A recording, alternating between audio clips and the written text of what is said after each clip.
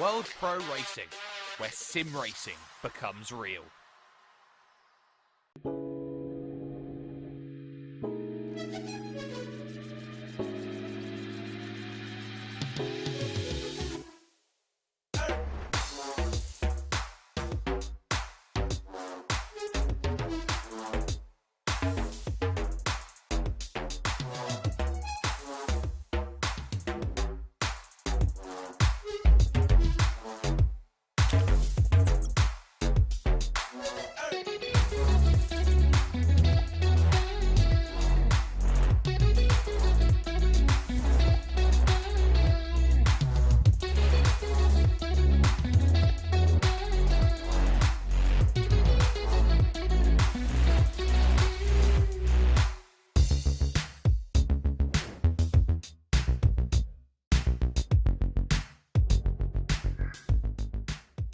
This stream is powered by Melita, using Melita Gigapower Internet. Wish your Wi-Fi network would just work in any room? Our new Stellar Wi-Fi is AI-assisted to give you the smoothest, fastest possible Wi-Fi throughout your home. Stellar Wi-Fi, assisted by AI, exclusive to Melita. Find out more in-store or online.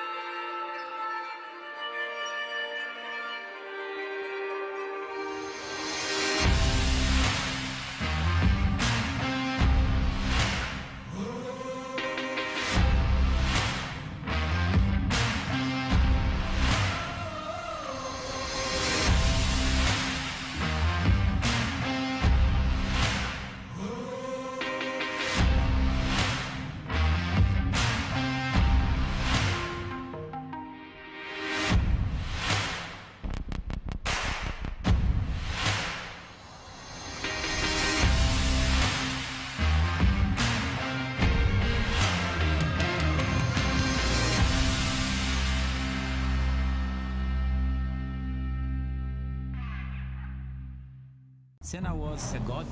No one could even dream to follow him. I'm from a very humble background. The role of women at that time were really difficult. This is so dangerous. You are risking not only your life, but also my life.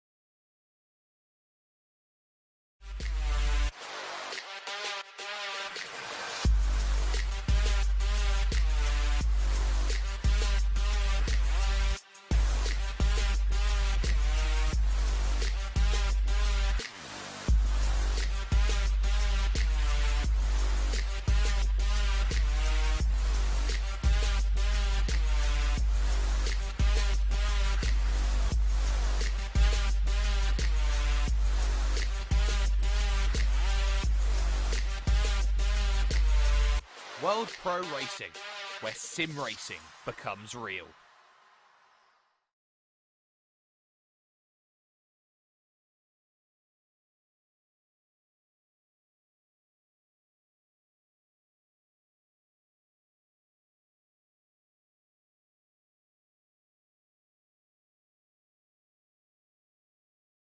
Right, I think my colleague has a bit of a sound issue once again. Yeah, basically, welcome everyone. 1 hour of Kyalami up today. And I'm just waiting for him to quickly resolve his sound issue because obviously I'm just the secondary commentator. Still can't hear you, Jake. Yeah, so vMix is once again doing a bit of stuff. But yeah, we have quite a jump today. We have gone from Gran Turismo Sport on PlayStation to PC, of course, to rFactor 2, one of the biggest racing sims out there, and of course, quite popular through recent events. We have 1 hour at Kyalami today in the GT3 Cup Porsche, so around 400 horsepower of pure unadulterated power, and just nothing of the sort of feedback from setup or anything. It's pretty much all stock. It's all about the driver in this car, and yeah, I think today we have quite an interesting show. And I see we have still quite a few off issues. But yeah, let's talk about some of the drivers we have here today. Of course, we have a quite big showing from GT Omega RPM Esports with not just Louis-Philippe Capamagian and Sheldon Muscat that we had last week for the AMD Triple Challenge, but also today Nathan Mifsud, who is usually on our broadcasting team, but he's taking a bit of an excursion back into the race car.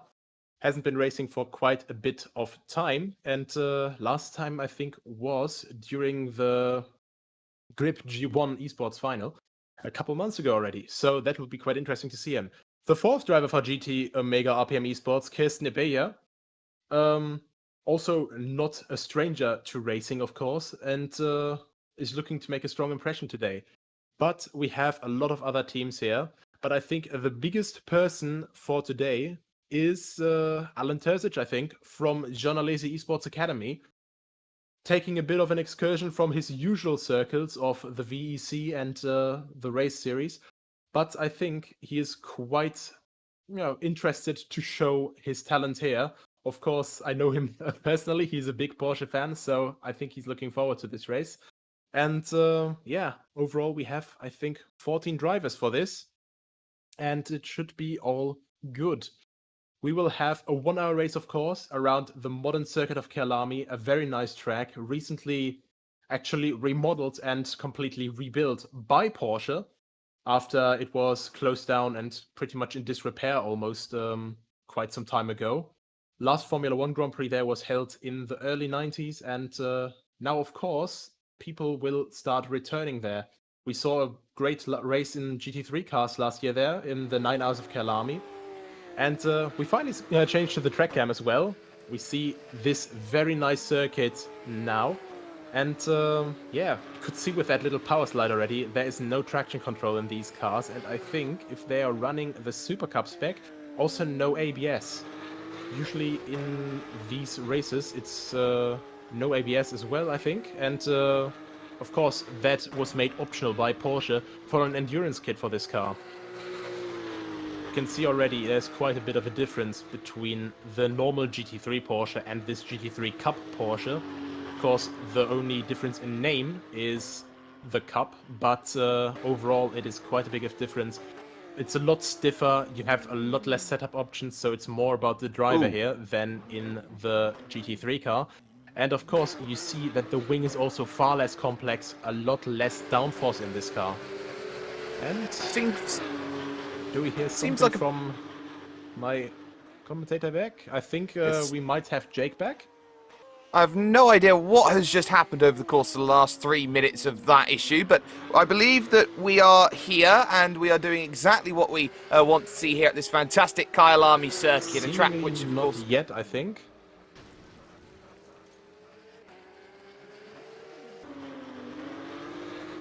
Right, so then quickly back to the topic.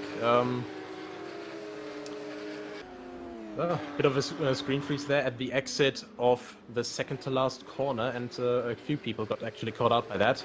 The second to last corner there called Cheetah, and now seeing Diego Chernos go through Ingwe, the last corner. So this is also quite heavily remodeled by Porsche. The entire pit complex has been renewed, and this is a place which has been completely rebuilt by Porsche. The King, turn 1, just this little right-hand, well, King, and now going to the second corner, Crowthorne, and then the Juxke sweep turn 3 and 4, right here. And now rejoining the very old 70s layout through Barbecue, turn 5. This part of the track was still in the 70s when it was majorly a street circuit, and of course a lot faster and way more dangerous, of course. Now this is turn 6, Sunset, and coming into turn 7 now. Yeah. Around third gear. Oh, there we are. There's Jake. Hello there. Apologies, ladies and gentlemen. We've been having a few issues with technical things here and there, but here for your 1 hour casual, what we were saying is it's Wednesday, it's sim racing on a Wednesday, and it looks like it's going to be some fantastic action that we are going to be seeing. Apologies, ladies and gentlemen. I'm here and my voice is here alongside with you right now, but Kyalami on a Wednesday. This is going to be something that is going to be happening quite regularly here with World Pro Racing. We've got this here, a fantastic 1 hour scrap at Kyalami. Over next week, we're going to be looking towards the Formula 3s at Hockenheim, which is going to be something worth keeping in mind. And that, of course, is going to be sandwiched by rounds 2 and 3 that will be coming up of the HyperX Endurance Series. But Nicholas, we've been having a little look at how this track seems to behave and seems to play, and it's a very undulating circuit. It's such a difficult challenge, and it's one that tests all the aspects of a car. Yeah, it definitely is. There's a lot of elevation changes, off-camber, on-camber corners. It's really interesting to see how drivers will tackle this. So we see the first couple lap times coming in from the GT Omega RPM esports drivers here. Alan Terzic also, I think, doing his first laps at this track right now because he just recently, I think just a couple of minutes ago, bought the Porsche as DC actually. So that's going to be an interesting thing to see. But yeah, this is really a circuit. It brings together tradition and modern circuit design. It's really interesting how all of this flows really well together. And of course, that flow we can see right now out on track. Nathan Mifsud on camera just diving down the hill and back up through the mineshaft corner here on the lower end of the track. On the brakes hard for the next right-hander, a purple middle sector then going through the next couple of corners out on track. This is the crocodile section, and moving over, of course, to that tough cheetah corner, which leads to the final corner out here on circuit, which leads onto the brilliant straight here that we have around this place. It's not often that you get to call a straight brilliant, but this is one of the few times that you have that ability. It's almost like Jeremy Clarkson named this track. Yeah, pretty much. But yeah, it's also just generally a testament to this entire circuit. This entire circuit could be called brilliant in my opinion, simply because it's just, you know, people always say a lot of heritage in motorsport is getting lost, and I think, you know, with the Cup Porsche that pretty much stays true to its heritage by being a difficult car to drive. If you ask anyone of the real VLN drivers, they will all tell you, even if they're driving in GT3 and therefore the fastest cars on track, they will tell you the SP7 or, you know, the full Cup of the current generation category, these Cup Porsches, they are the most difficult cars to drive simply because you're always working while you're driving, even with ABS and the endurance package. And the same thing can be said about this track. You never really have a moment of rest because on the brilliant straight, you mostly just get janked completely in big fields. And then when you have a big field just going down through the kink and to Crowthorne, you're in quite a bit of stress. You certainly are. This is Sheldon Scott Muscat at the moment in Heusinkveld colours right now, trying to drive this one up the old circuit, up the hill, and now into Leukov here in what is the fantastic bottom end of the circuit, where you just turn away from the old track, which used to be so very, very difficult. A dive downhill. This reminds me of the Fuji Speedway circuit, actually. This mineshaft corner, always a tough place to get it working out nicely as you go on through. It takes a lot of commitment, and there you can see a lot of drivers that we've seen over the course of practice so far have really been struggling to get the car slowed up for some of these slow apex corners, mainly because of camber. Now, Nicholas, for those who don't quite understand some of the racing aspects that we have going on, explain how cambers of corner really do differentiate one corner from the next, even though the profile, say, from the top looking down, could look exactly the same. So basically the big difference in on-camber and off-camber corners is where the higher part of the corner is. On-camber is where the outside is higher, so basically like on an oval, on a speedway like Indianapolis or Daytona. So you have quite a bit more grip because generally, you can see how the downforce is pushing you into that corner, and the track is pushing against the G-forces, so you have more grip through those corners. And off camber, of course, you have the inside higher, which is making it quite difficult to maneuver that car through there, because the G-forces push you away from the track and, you know, into the lower elevated part of the track, which actually causes you to lose more grip. Meanwhile, we have Alan Terzic here on one of his first laps. As I said, John Alesi esports driver, and, well, to rFactor 2 drivers already quite well known.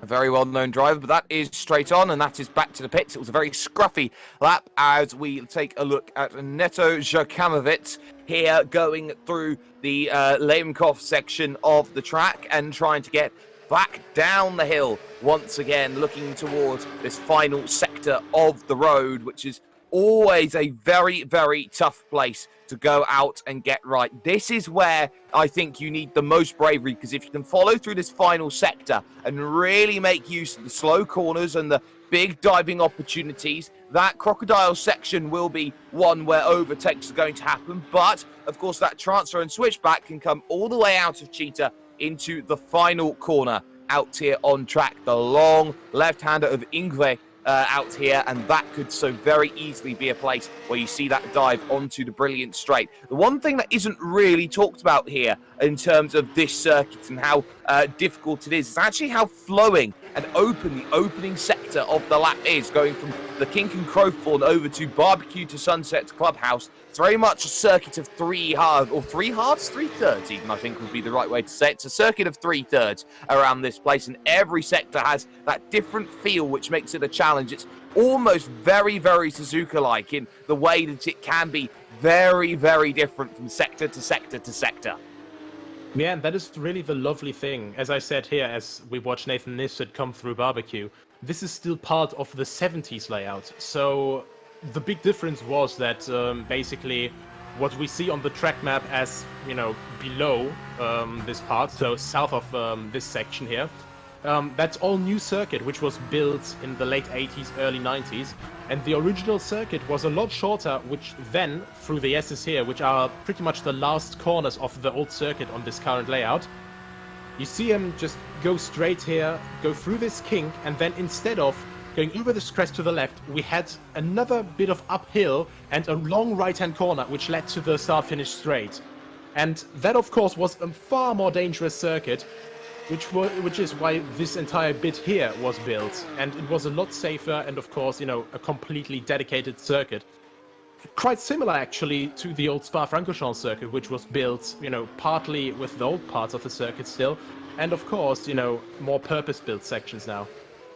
Let's talk car as well. We've talked about how drivers love this car and have a good affinity for this GT3 Cup machine, but what we've been seeing from drivers like Nathan Mifsud, who's trying to really gain as much time as possible out of the lap, getting a purple middle sector all sorted out, but the lap pulls away at the end, is that a lot of the time you're seeing the tyres squealing up, and those who are being really aggressive are really trying to attack each corner on the brakes. The backers wanted to step out pretty much from every driver at every point in time, as I've just seen one driver just take an exit stage right out there on the opening sector, and that is Neto Jakamovic there, who's run into a few issues. But ultimately, what we see in terms of the laps that we've got going on, as we get a little look at how easy it is to get wrong, just gets a little bit sideways going through the what is known as turns 3 and 4 out on track, the Jukske sweep. And being outside on the sweep means that you go where things are swept to,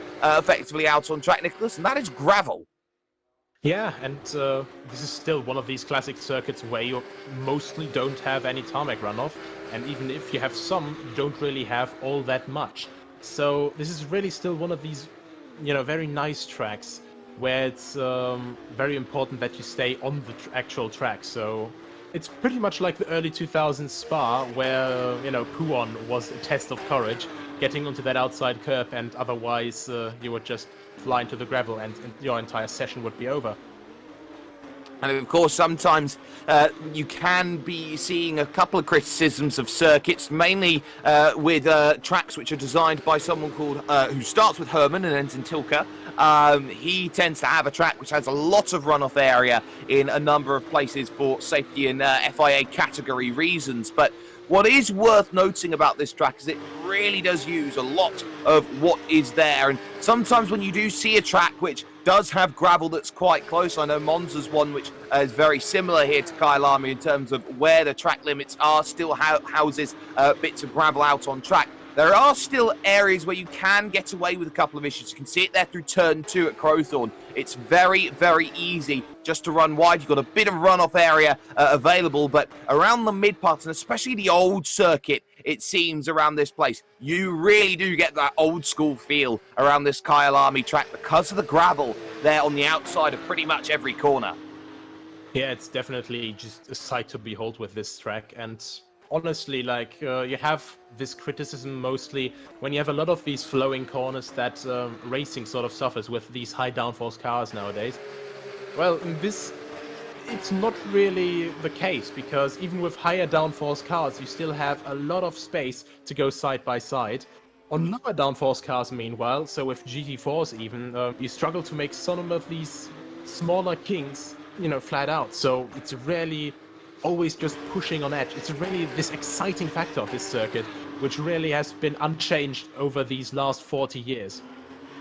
And it's those 40 years that we continue to see time and time again being a big difference maker in terms of how we look at racing, as Giancarlo Vallada runs into the side of one spread-eagled vehicle as the practice session expires. It was Kirsten Abeja who was in a world of trouble there on the outside of the Crocodile's corner, running into a few troubles. So that is practice pretty much put into the books then. Likes of Diego Chirinos there, staying in 7th position, improving on times then in terms of that. But it's worth keeping in mind that we head over to qualifying and the best possible chance that's available for these drivers to go out there and set the best time possible. We have seen drivers who didn't set times, drivers who maybe haven't been on pace, but Kyalami is a very tough circuit, as we've seen so far, and it's a tough circuit that doesn't really get much sim racing recognition, really, Nicholas. Yeah, it's not really licensed in too many simulators so far. We have it in Automobilista, in the very old layout, of course, and in Automobilista too with the modern layout, but especially one of the reasons why it's not so popular among modern simulators so far is because it's just been barely rebuilt, and now I think Assetto Corsa Competizione was the first one to get them in a completely new and laser scan state, simply because of these 9 hours of Kyalami in the Intercontinental GT Cup. And I'm hoping, of course, for every racing fan here, because this circuit is just fantastic, that through the additional races that will come here in the future, I think the WEC announced that they will soon run a race here, that this circuit will be more prominent among simulators, because you can really see that a lot of drivers really enjoy this. And having driven in the SRO Esports GT Championship myself, with the final round taking place at Kyalami, it's a fantastic racetrack, and you can just race on basically every corner of the circuit. You can go side by side or try to make a move. It's just absolutely unique in this track.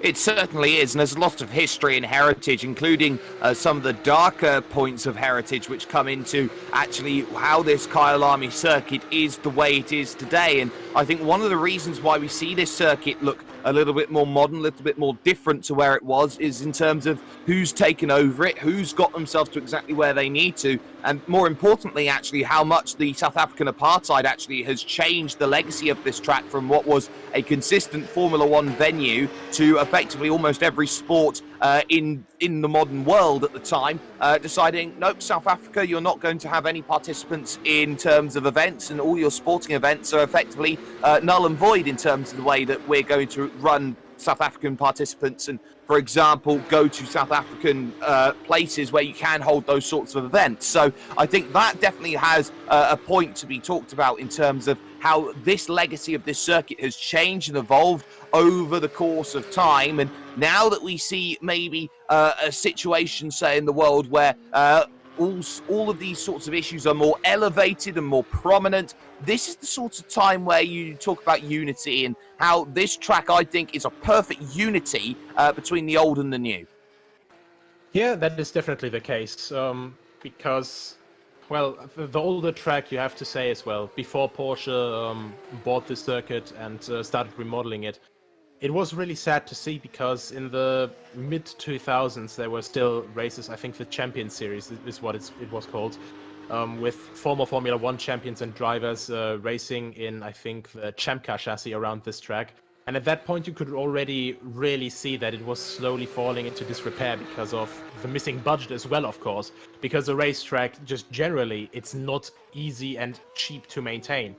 But I think that especially in nowadays, where the world has grown a lot closer through just the internet, through modern communication, and of course with more and more South African drivers like David Perel, Kelvin Sheldon van der Linde growing more and more into the focus, I think it was very, very good, especially for this circuit and for just generally racing fans, and or especially racing historic fans, to see this circuit back in the main frame, with the Niners of Kyalami last year and hopefully again this year. We're just seeing the first time starts to come in. Nathan Mifsud looks like he could go top of the times and does so there on a 1:43.043, then setting the first representative time at the moment. Sheldon Scott Muscat was fastest in the first sector, not as quick in the second sector though, so it looks like it's close. Terzic goes into second position, and there is Sheldon Scott Muscat with a good final sector, jumping up to the top of the timing stands on a 42.7 there, with Abeja jumping into fourth place, just beaten by Velada though into fourth place as they go through. Guti Mikkelsen though will be looking to try and find a bit of time going through the cheetah corner and towards that final turn 16 out here on circuit through the last left and making the push over for the start-finish line. Is this going to be a good enough time to really challenge? And the answer is it goes fourth position, just 8/10 there or thereabouts off of pole position with that one. But from what you were talking about, actually, Nicholas, you just reminded me of something that Pat McAfee, the former Indianapolis Colts punter, once talked about sim racing in terms of what it can do in terms of development. It was something very interesting on the point of NASCAR, where he looked at things saying, if it wasn't for the fact that, the fans bring in so much gate, Pat McAfee could very easily see sim racing being the brand new place for where racing is held. And could you easily see that happening, say, in a more modern world 20, 30 years from now, when the price of, say, sim racing gets even more affordable, when the price of racetracks becomes unobtainable in terms of trying to keep pumping money into it, and also if you put on top of that how very little it actually costs to keep a simulator and a racing service going forward? I think it's a very difficult question because, of course, costs always grow in demand. We saw that this year in the quarantine time, when suddenly a lot of just regular sim racing hardware went up by pretty much prices of 100, 200 euros, in comparison to before. But I think no matter how big sim racing grows, I think real motorsports will always be there. I think it'll always still be the main thing, simply because it is an innovation carrier. It's something where brands establish themselves very big. And while sim racing will continue to grow, in my opinion, it will grow in the world of esports quite a lot. And of course, it's helped by brands like BMW and Porsche also quite a lot investing into this and pushing this forward. I think it won't be able to replace motorsports as a whole, because I think there's always this demand for the real thing. Do you think then that something like the V10R League could be something that becomes an innovator for sim racing and gives that its own new little twist on things? I think that could definitely be something interesting to see, because we have a lot of very, very big teams involved there, of course. BMW, Red Bull and Williams, of course, and just to name a few of them. And of course we have very, very big drivers in there. And I think the more series we get in that scale, you know, with that involvement from bigger names, the more sim racing as a whole will grow as well. And I'm hoping that more and more series like that will start to sprout up from the ground, or just existing series will get more and more recognition. Because, for example, you know, the Virtual Endurance Championship, which has been around for ages already, and just recently through, you know, guest starts from Max Verstappen and just, you know, also guest appearances from the real Le Mans commentators, you know, it has grown more and more and more. And I'm hoping that existing infrastructures will continue to grow, and that, of course, new infrastructures created within this already persisting environment, and then, you know, pushed through bigger names, through sponsorships, through partnerships with maybe broadcasting networks, such as, you know, for example, the Esports Network, or TVM Sport, for example, that it will push these new infrastructures to a bigger overall picture. And that's something we could definitely see in the not too distant future. And I wouldn't have said, actually, in terms of this year, that I believe it's Nigel Haven. It might be Martin Haven. My mind is a little bit blank at the moment. But Mr. Haven, I do not believe, is someone who is part-time at this stage, in terms of this season at least. But ultimately, we are in qualifying right now. We're up to 11 drivers here for this field. Velada has jumped up into second position, and Joaquin Cavero will be looking to try and get a time. Has put no practice in on the board, so this is going to be an interesting battle. This is Diego Chirinos, hoping that there is some time available here, going through the mid part of the track right now. The S's section coming up then through the very tough left and right, which descends down the hill slightly before rising back up again, looking towards this next section of road, and of course that fantastic turn 10, which comes up along of Leacop right now and through the corner without too many dramas. You can see there's many contrasting lines that you can take through turn 10. Most drivers will like that big arching line which diamonds off the corner, but it has a lot of similarities here as they go on forward. It is worth noting, though, in terms of this race, that drivers are going to have to be careful as Chirinos goes for a big slide there at the Crocodiles section of track. And it's 2 times fuel wear, 2 times tyre wear. And speaking of 2 times fuel and tyre wear, it's time to go to pits. Yeah, and overall, I think he got caught out a little bit by that braking zone, turn 13, the Crocodiles. We see a lot of mistakes there, but, you know, from outside, it's really not easy to see how difficult that corner actually is, because you come down the hill from turn 11, you go through Mineshaft, which is a very, very narrow line, of course, as well. And then it's not quite easy to find your braking point for the Crocodiles. And of course, it is sort of a hairpin. It is a quite acute angle for the corner, but it is a wide corner, so you never really properly know the turn-in point. And especially in this Cup Porsche, I think it's an especially big challenge to see.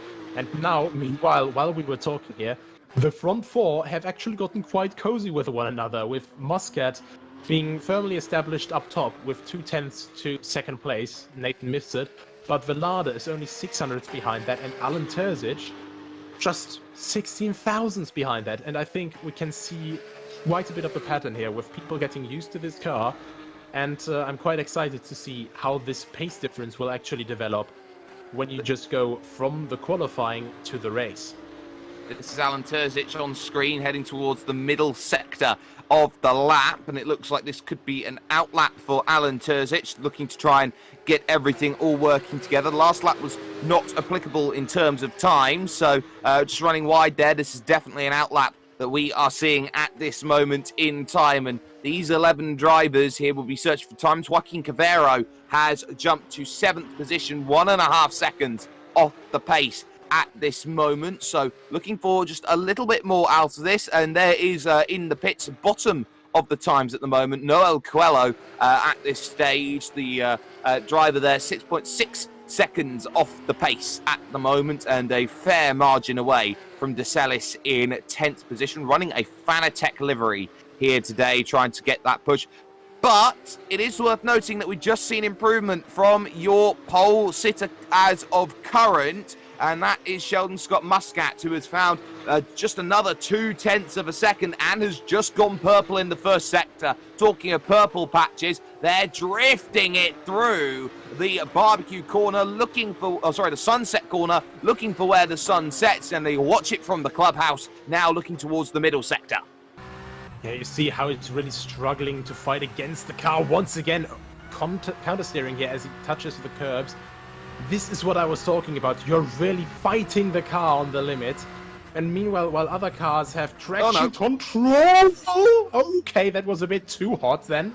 That was just too much happening at once. So, yeah, I think there was a lockup on possibly all 4 tires there. Just as he went through that gap. Very, very close. But I think there was no contact after all. I think we just had 3 separate offs from 3 different drivers. So there was the first off, there's the second, and there's the third. So I don't know how to say it, but parking lot at Leokov turn 10, maybe we're seeing right now. That could be something for the race, which might just be put into perspective here. Through the sunset corner goes Nathan Mifsud, and in towards his outlap right now. 1 minute 53 remaining on the clock, so you'd have to feel at this stage drivers who are looking for a flying lap, well, they have to be on track right now if they are to make sure that they get one working. And it's, as I said, it's really difficult to actually get a perfect lap together, especially in these cars. They're quite easy to lock up, so I am quite sure that we're running the Super Cup spec here, completely without driving aids, and that is quite a car to get used to. Of course, this is all still a full classic Porsche, so very, very hard suspension, and of course, the very iconic rear engine, so especially under brakes and under weight shift of this car, so dynamic braking and acceleration and turning in. This rear engine is quite unique because it has a tendency to just swing your rear end around and, well, cause 1 or 2 of these very unexpected spins that we've seen. It's all about these spins. They have to be minimized around a track, which does exacerbate here and really put pressure on how you drive, using all of the cambers, all of the track layout, all of the changes in altitude that are there. This is Sheldon Scott Muscat. Worth noting that Alan Terzic has left session at this stage and will need to get back pretty quickly if able to set qualifying times and actually go over towards racing around this place. But for the time being, Sheldon Scott Muscat has a little bit of not too much help in front. Hitting the brakes, it's Velada in front, I do believe it is. Big slide going through the crocodiles, which of course has bitten so many a driver over the course of this. So, bad in the first sector, bad in the second sector. Going to dive it in the pits because, you know what? Out of time, 1 and 0. Drivers now are allowed to finish their laps. This is Nathan Mifsud down in the first sector on his time at the moment, a 30.276 into Leokov.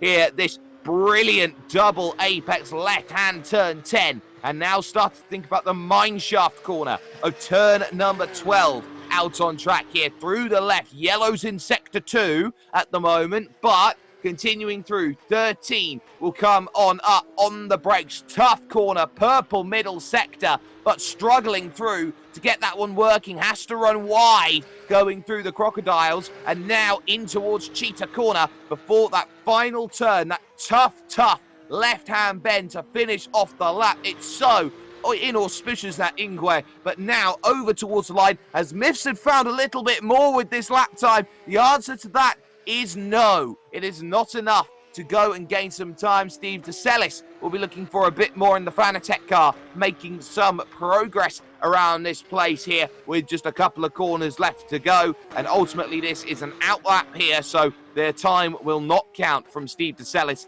here, making progress over towards the start-finish line. And that's proven with the big wide line being taken here towards the end of things. So, qualifying pretty much all in the books here in terms of this one, but the race coming up in a bit, 1 hour, seems like it's going to be a very, very tall challenge for these drivers here today, Nicholas. Well, to any good driver, it would be a challenge to keep that Cup Porsche for 1 hour on the road because, well, it's just generally quite a complex car to handle on the limit. As I said, you know, not much downforce, a very stiff suspension, so it doesn't take too kindly to some curbs. and also with the weight shift of the pure rear engine layout. So yeah, add to that 400 horsepower and you've got a perfect formula for chaos. And the formula for chaos here, ladies and gentlemen, is here right now with World Pro Racing on ESTV, the Esports Television Network. We've got motorsport.tv, we have got TVM Sport, and we also have some brilliant action on YouTube, Facebook Live, and on Twitch as well. If you haven't already, like, share, and subscribe to World Pro Racing for more amazing action here that is coming up week in and week out. And on top of that, if you want to get in on racing action with World Pro Racing, you can head over to worldproracing.com for all the events, all the fun, and maybe a couple of prizes as well, if you are looking at things to be quite nice in terms of the way that things are going here today. But the focus will turn over towards the race. The focus will turn over to who can keep themselves the most consistent. And in terms of drivers who kept themselves consistent, can't argue against the pole sitter Sheldon Scott Muscat. Hardly puts a foot wrong in qualifying where other people were pushing the limits a bit too much, Nicholas. Yeah, he definitely seems to get along very well with the car and the track, of course, right now. And yeah, I think he has very good chances to look for a very good result today. It's, of course, a fun race, but when you have, your teammates here, 3 of them, of course, it's some sort of team internal bragging rights, of course. And when you, of course, have drivers like Alan Terzic here as well, who very unfortunately, I think, lost connection due to a hardware or software error, I think, earlier. They're just trying to get him back in. He's, of course, with John O'Lacey Esports Academy. That's still also a very big name to actually, have a look at and try to beat.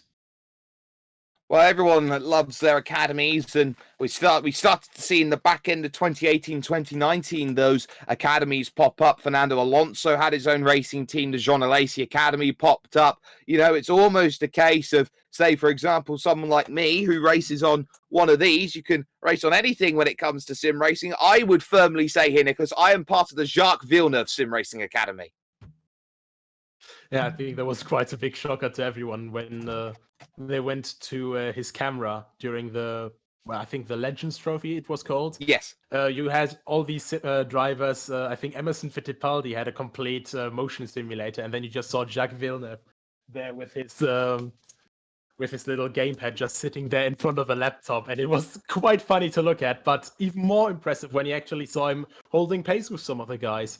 And of course, we've got that with quite a few other drivers. I think Lazaros Philippakos is a name that usually comes up to people more acquainted with rFactor 2 and just, controller drivers, because he's been competing in the Virtual Endurance Championship for ages in the LMP2 class.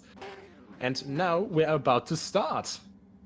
11 drivers then, 1 hour's worth of racing, and one reality for everybody. They have got to be at their very, very best here in terms of this race, and it starts right now. Oh my goodness, what a jump there from Nathan Mifsud off the line. He absolutely blitzed on by, and I wonder if he was okay. Got a little bit of a jump because that was such a bog down there from the middle of the row. There is Shiranos in 8th position, running on through towards turn 2, out on track 1 already off then in dramas. Then towards the back, that's Noel Coelho, who's struggling there through Crowthorne Corner, turn 2. But Nathan Mifsud in control of things at the moment. Terzic trying to get past Velada here as they head up the hill, out of the barbecue corner and towards Sunset. They come along for the very first time with a nice run outside line looking from Terzic, and he's not quite there as Guti Mikkelsen wants moves as well. I think some people really slept on the start here. We saw our pole setter actually stand still for quite a bit, almost half a second as it seemed, and Mifsud really used that opportunity well. As we have a look further back in the field as well, everyone seems to be going okay so far. We saw a bit of dust just go up at the exit of barbecue earlier, but look at this turn 10 here. For position 3, 4, and 5. Everyone's close together, and Alan Terzic is starting to make his charge now. He's got through up into 3rd position. He'll want to catch the leading 2 and really make this a race as they head towards the very, very difficult Crocodile's Corner. Velada runs wide, going through the mine shaft section, and that's going to allow Kirsten Abeja the chance to maybe have a look down the inside, and they're side by side behind actually as we look from Nathan Mifsud's perspective here in this one. Terzic there in third, but Villarba there just holding on to that fourth place, and Terzic now on the back of Sheldon Scott Muscat, wanting to get the move done early. This is one of the prime places here along the brilliant straight towards turn 2, the kink of 1, and then turn 2 comes along, a throwback to the old circuit and the old kink that used to be there, but on the brakes they go, and a reimagining of a classic this track is, and Terzic not quite able just yet. And not quite just yet, but you really see this eagerness in his eyes to, starting to really take over. He's starting to get racy here, as GT Mikkelsen is just trying to stay with Abeja right now and start to try and make a move, but not quite able into barbecue.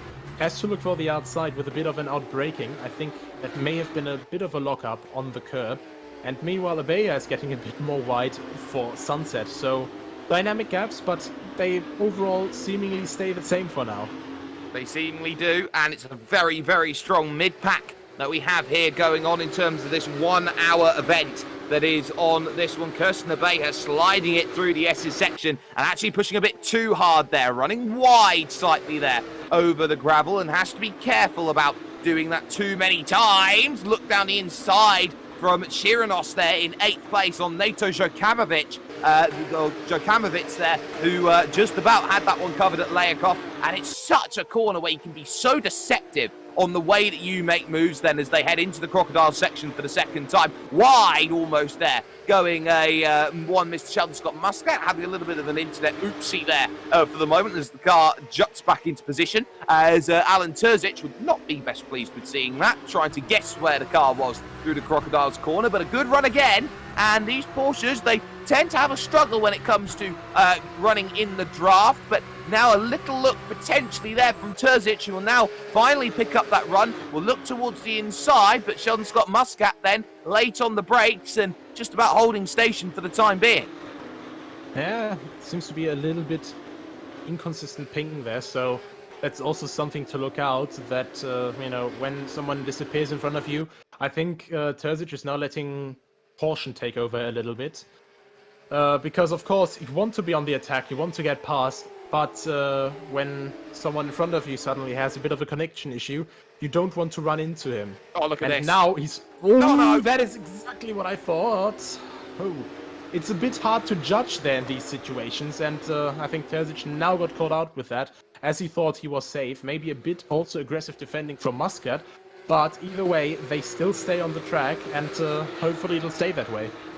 Wow, that very easily could have ended in disaster for both drivers. They keep it on the islands, respectively, but at the cost of 6/10 to Nathan Mifsud at the front. Terzic down the inside, though, and I believe that is move finally done, and gets it done at Layakov there, which is a corner which we said can be very deceptive in terms of the way you make the moves, and Sheldon Scott Muscat having to fall behind, and Terzic, who will be G'd up by that little bit of contact, will be trying to go through. Look a little bit back, though, at 4th and 5th place, because Villarba might be under a bit of pressure here from GT Mikkelsen, who will be wanting to try and get as close as possible here over the course of this run. Try and move up into that 4th position, not let the front 3 just run away here with this one. On the brakes they go into the final corner, both slightly missing the apex there on the inside. A tough corner to get right. Fastest lap of the race so far goes to Nathan Mifsud on a 43.9, but now GT Mikkelsen in chase. It's one of the guys who seems to have gotten more and more acquainted with this over the course of these almost 6 minutes already. Sometimes you really get into your rhythm with this car later. It's just quite difficult to get it 100% right, and then of course to get the last 5% of pace out. It's difficult in any car, but I'd argue that in a Porsche here, with basically no aerodynamics, and you see how much slower they have to get for this corner. I'm pretty certain that, high downforce cars like a Formula car or something would almost take this flat out.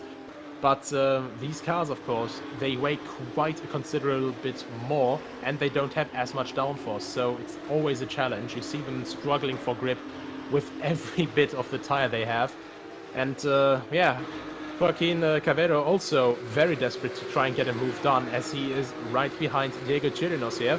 And of course, who is behind Djokamovic, who is also looking to defend his 7th position.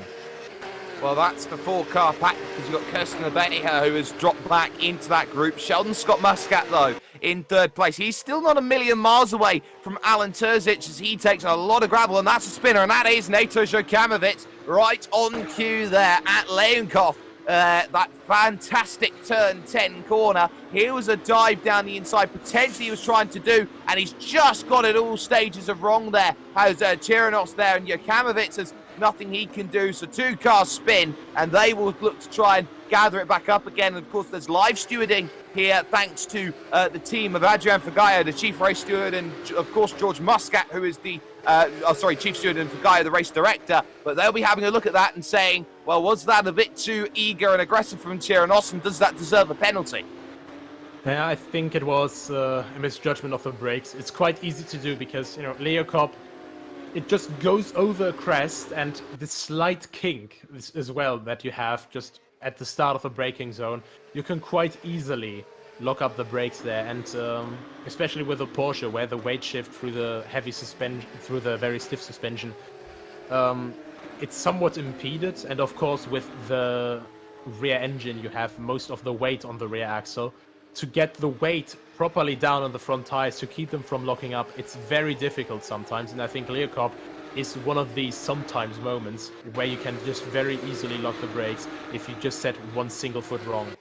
Oh, here we go. Sheldon Scott Muscat looking left, looking right, everywhere in the mirrors. Dive down to the inside. Terzic has to leave the room, and there we go. Sheldon Scott Muscat has had enough of sitting and waiting. You haven't chased down as much as we thought you could have done here, Alan, so they changed the places back. But Terzic through the mine shaft will be looking every which way. Back down to the inside for the Crocodiles. This is switchback racing at Kyalami, forcing Sheldon Scott Muscat to take the big wide line. And now it's not quite ideal because Sheldon Scott Muscat's got the run back. Terzic could not put the power down on the exit here. I think gave the place back for fear of contact and for fear of being penalised for the incident.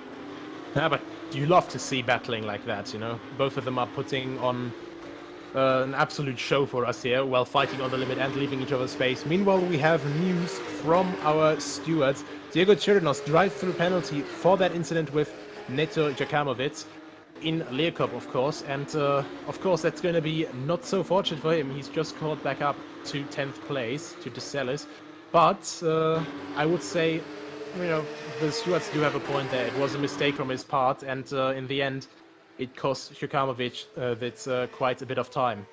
You'll have to come in and serve that one. There is Alan Terzic, who is struggling here a little bit here to go through. And it looks like Muscat here has finally run into troubles. And goodbye and good night, it seems, in terms of the connection there out on circuit for him. So that's going to be a real shame from someone who was fighting for that. But everybody up a place then, trying to bring this one back. Nathan Mifsud in control. 3.1 seconds now, 3 seconds clear at the front. Alan Terzic with work to do. Now the battle becomes for the podium between one Mr. Velada and one Mr. Mikkelsen as they go through. Giancarlo Velada and Guti Mikkelsen then having this scrap, and this is what pressure is all about. Everyone talks about how it's internalized what pressure is, but Giancarlo Velada has got to keep the same cadence up here as Guti Mikkelsen, who has just been sitting there, time in, time out, waiting for the opportunity to strike at this brilliant, brilliant track. As there is Steve DeSalis, then still holding off a Chirinos who needs a drive-through penalty.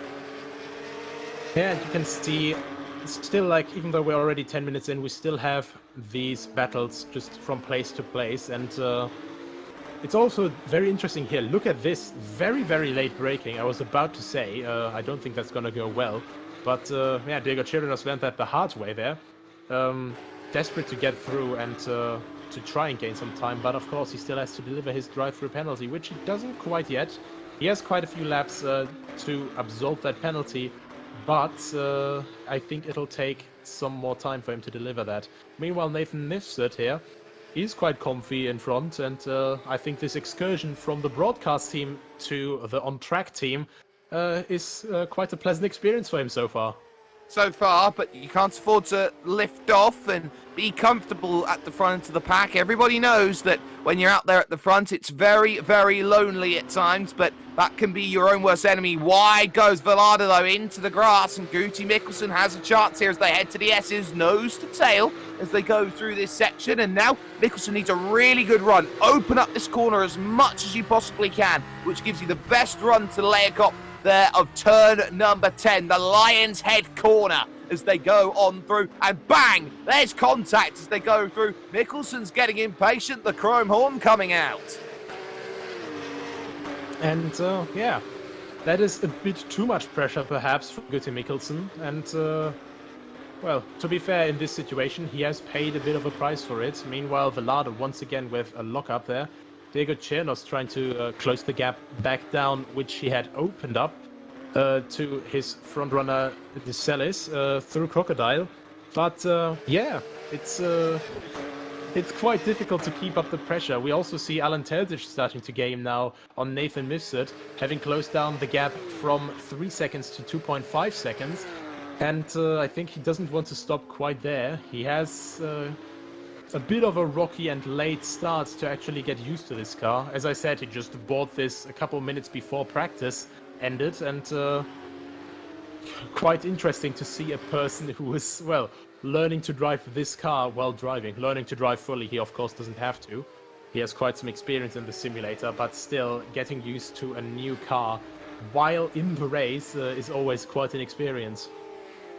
He's always looking to try and learn, and Giancarlo Velada doing a good job actually there in third position, just holding on to things. Chirinos then trying to learn, of course, as well towards the rear of the field. We've also got a battle going on as well for 6th and 7th place on track right now. This is Kirsten Abeja, who has been sliding about the Porsche a little bit over the course of the laps that we've seen, and there's another example of it being chased down by the recovering Jakamovic then, who is in that 7th position right now. And what's key actually to Abeja's driving is that the more he's going to be sliding on those rears, the more the rears are going to be just flat, not necessarily flat spotting, but graining. And that's exactly the last thing that he would want in terms of this race, just having all those issues. How wide do you want to go? Mr. Velada trying to slow it down after the mine shaft. Stewards will have a little look at that, see whether that is just a gaining in terms of track conditions. It looks like Chirinos has retired the car and is now out of the event. We are down to 9,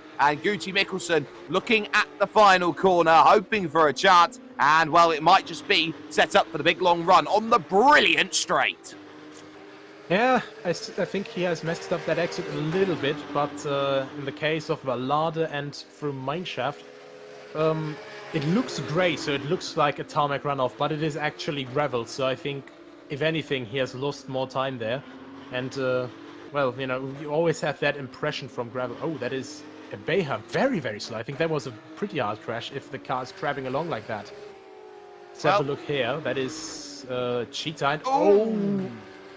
Just snapped immediately. One touch, two touch, red touch, blue touch into the walls there on the outside of the Cheetah corner. It's such an inauspicious corner. It's one of those tough right-hand bends, which really does come out of nowhere and pose a challenge. Very similar, you could say. It's almost a mirror, some would look at, to say the second to last corner at the Circuit of the Americas.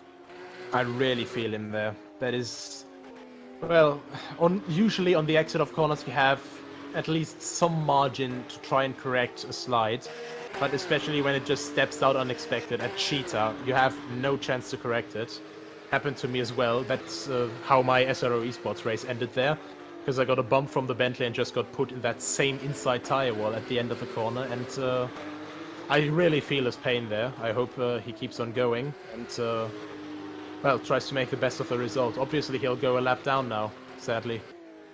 He will, but of course, there could be more dramas for drivers here around this track, so do not count your chickens just yet. We are only 15 minutes into this race, and now looking a little bit further into this one at this stage. There is the benefactor from that one who did run wide through the corner, Neto Jokanovic here, who is now up into 6th place, looking to get somewhere near Joaquin Cavero, who is now up into 5th. Out and away comes Kirsten Abeja after trying to repair some of the damage. Now a lap down in that 9th position here in this race, but ninth place can still be something if time is of the essence. You've got 45 minutes to chase down the lap, and DeCellis will be the first real chasing point that will be there as this race does continue. Here's your race leader, but look at how that gap has just slowly evaporated over the last 10 minutes. The last 5 laps or so, a 3-second gap has been slashed in half. Mr. Terzic. Oh, he's going to crucify me for getting his name wrong there. As I said, Porsche enthusiast, so what could be a better mix for him than one of the truest Porsche there is on a track rebuilt by Porsche, and that for 1 hour, so it's quite interesting to see him getting more and more confident in this car. Mifsud is now starting to feel some pressure with that lockup in Leeuwkop, and just look at him just using all of the grip from his tires through mineshaft. It's really interesting to see how drivers really start to push more and more the more confident they get. Well, it all happened at the S's section with a missed apex from Nathan Mifsud. That cut the gap from 1.5 seconds down to 7/10. And from now, Alan Terzic now has a really strong chance. In terms of what happened with Sheldon Scott Muscat, it was the dreaded power cuts which came into play, and nobody likes to see that. That's very much like the engine going kaboom at the moment. 1 and 2, 3 and 4, both having a scrap here in South Africa and looking for a good run. Mifsud okay through the opening section. Same for Giancarlo Villada going through the opening tracks. They go through the sweep and over towards turn number 4 out there. Oh, sorry, turn 5 even. Out on track. That one, of course, being the barbecue corner and the rise towards Sunset. And it looks like Terzic wants to be the aggressor here. Get a good run through here, and maybe you can have a nose to the inside at the clubhouse corner. Not quite there just yet, but now it's all about waiting. You've got technically 40 minutes if you're Alan Terzic to go and make a move. Yeah, he still has 40 minutes, but I think he's not going to want to wait for that long. You can see him really on the attack. They're always looking down that little bit down the inside, showing Nathan Mifsud, hello, I'm here. Be ready for an attack. And I think with someone with as much experience as Terzic, that can build up quite some stress when you see that in your rear mirrors. Down the hill, once more, looking to try and push on forward here with this one, with 41 minutes to go, and there you can see some of the experience that Terzic is trying to employ. Now, for those who don't understand why that different line's being taken, is now they're side by side towards the cheetah corner almost. They go on through, sideways went Terzic through the corner, able to gather it back up again. He was trying to get into the mirrors there, trying to get into the mind of Nathan Mifsud, try and force an error out of thin air, and ultimately nothing of that is on the offing right now. But here's a good run through the kink once more, unable to really close it, looking again at that inside. He's just trying to be a nuisance behind, and sometimes that's the worry you get when you're a driver. If you see a driver behind, get in the mirrors and get out of your rear view mirror, you're worrying more about what they're doing behind than what's on the road in front, and that's when mistakes happen. Yeah, that's definitely something that is quite annoying when you're the car in front. I remember that from a few drivers way back in my day that just started to, do everything in my rearview mirror. They could have just started grabbing some chalk and draw some hopscotch and start playing that, and it would have been less distracting. And as soon as they were past me, of course you start building up a lot of stress because you're thinking if they can do all that, they must be a lot faster. And in my case back then, it turned out to be that way. And that was quite an annoyance, but also a bit of a relief. Of course, Nathan Mifsud, he doesn't want to let anyone pass right now because he's leading. And meanwhile, with that little power slide, and I think a bit of contact there at the exit of turn 11, slots in right behind him as well again, and that is quite some show. The two of them are putting on that little bit of oversteer as well through mineshaft. Wow, that is Alan Terzic trying to look and attack, gets a slide on through the crocodiles, and suddenly couldn't quite put the power back down again after that slide. Had to wait, had to try and gather some grip again before moving on forward, and Mifsud survives for another lap then at the front of this field. This is some insane racing between these two, and it's absolutely fantastic here with World Pro Racing on Motorsport TV, TVM Sport and ESTV as well as they start to make that look towards turn 2. Once again, out on circuit, and it's again a case of not quite there. What we were looking at then, in terms of how they were battling, how they were getting towards each other, was maybe, oh, this is going to be a case of just trying to make the move. We were talking about maybe how hopscotch was going to be put into a play. Let's not forget that one of the legendary driving styles of the late great Ayrton Senna was effectively playing hopscotch with the accelerator at the midpoint of the corner. Yeah, it's quite interesting how you can have different ways of turning the car. A lot of people just, use the normal with the steering wheel and think that's it. But of course, you can also, in terms of the Porsche, you can turn it, well, in a more controlled manner. While you already have your steering locked in for the corner, you can turn it with the brake and with the throttle a little bit. And I think especially with no traction control in this car, we can see Alan Terzic try to rotate the car a little bit more with the throttle than with the brake sometimes. And well, we could see Alan Terzic here just try and bide his time for a lap or two. Big slide going through at the mineshaft corner, going into the next one here at the Crocodiles. So always tough trying to pick up all of the time, and of course it looks like it's been very, very difficult to work out where to get the Crocodiles right. It's been such a difficult corner to get correct in terms of the battles, and I've just noticed that Guti Mikkelsen, whilst we've been looking at all of this, has just jumped away through on Giancarlo Vallada up into 3rd place. So Guti Mikkelsen then moves on to the podium place, and the chase continues for someone who has been very quietly working through place upon place upon place here in this event, and has been doing so without too many worries at all. He just seems to be going on and on and on, and no real trouble. He's just staying patient, staying calm, and he's playing the long game, it seems, and it seems to be working for him as well, because right now Nathan Mifsud, in his defensive drive, as we have a look at Chirinos in the pit lane, who has retired, of course, a couple laps ago, I think Mifsud is trying to defend a little bit too hard right now when it comes to the fact that Terzic is right behind him. And of course, with the 2x tire wear, that can make quite a number on your pace.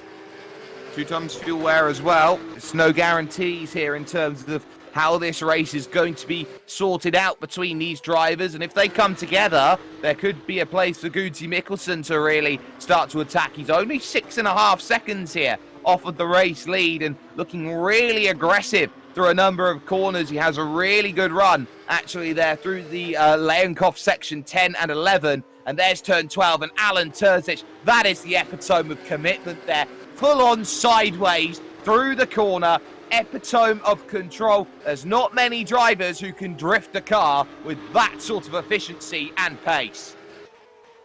Absolutely insane to see. It actually reminds me of one of the early 90s battles that is still up on YouTube with the Porsche Cup, of course, still being way more primitive, no wings on that. I think it was the Porsche 993 even back then. And, that on the old Hockenheim, so also a track with a lot of heritage, going through chicanes completely with full opposite log in a duel. And I think one of the drivers was Uwe Alsen, and the second driver's name I have sadly lost in my memory right now. But Alan Terzic's driving style, very reminiscent, especially through mineshaft, always with that little bit of a tail hanging out, and now looking once again a little bit offset of Nathan Mifsud's car, all the way on the curb here, and yeah, it's just overall very interesting to see his driving style against the more calm driving of Nathan Mifsud, of course.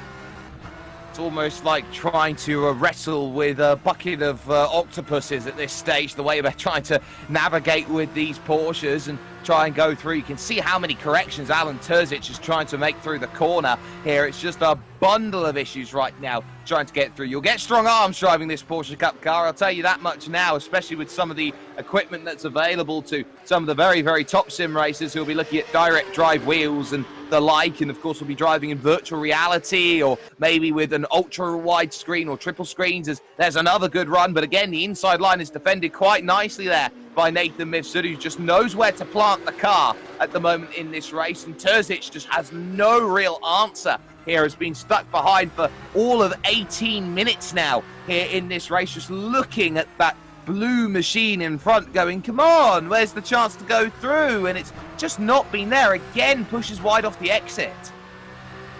Yeah, it seems to be quite a number that he's pushing right now, and I mean, I know from himself his favorite driver is also a Porsche driver, Nick Tandy, obviously one of the Porsche Works drivers right now, who had one very impressive drive at Kyalami last year as well, and I think obviously he wants to try and mirror that drive a lot, because I think if I recall correctly, in the qualifying for the 9-hour race, Nick Tandy actually crashed the car at Clubhouse, so where we've seen quite a few lockups already. So Porsche and Clubhouse being a bit of a difficult mix. Of course, it was in rain as well, but you know, still very difficult. And in the end, Nick Tandy went on to win that race with his teammates, and it was quite a spectacle to see. And of course, Alan Terzic here, he wants to obviously follow in the footsteps of his Porsche Works driver idol in a Porsche at a Porsche track in South Africa. Nick Tandy, of course, a avid sim racer as well, as there is Guti Mikkelsen in third position. The gap 4.7 seconds or so to those at the front of the field. Right now, he'll be trying to give chase as much as possible and put as much pressure on those front drivers who look like they could be in a really big scrap for this one. Do you know who else is relatively famous who has a big love of sim racing, Nicholas? Who is it? It's T-Pain. Oh, really? Yeah, he absolutely loves esports drifting. Well, that's something that you don't hear very often. That, well, overall, just from that area as well. I know that I think Ice-T was also into esports, but I think that was more into Rainbow Six. So T-Pain, quite interesting. Esports drifting. Also, it's quite interesting with all the different scenes of sim racing, of course, as well. We have this normal circuit racing, then of course we have rallying with the World Rally Championship, of course, being a very prominent series, and drifting being a bit more niche, but nevertheless with a very, very active fan base, and of course a lot of popularity with the modding community. Well, Steve DeSalis is in on the lane right now, as it was Terzic almost having a chance to go down the inside at the Crowthorne corner, turn number 2. Didn't quite happen this time round, but Nathan Mifsud at the moment here is just doing enough to hold back one Mr. Alan Terzic in this race. And look at how much they are holding each other up, because the gap comes down again to Guti Mikkelsen to 3.5 seconds between both himself and Alan Terzic. So every time that they start checking each other up and trying to battle and go too wide, it seems that it brings Guti Mikkelsen back into the battle. And, well, what's going to be very key in terms of Guti Mikkelsen and trying to win this race is that it helps Nathan Mifsud out in terms of the way this race is going to go. He wants another driver in the fight to go and battle Terzic so he can run away.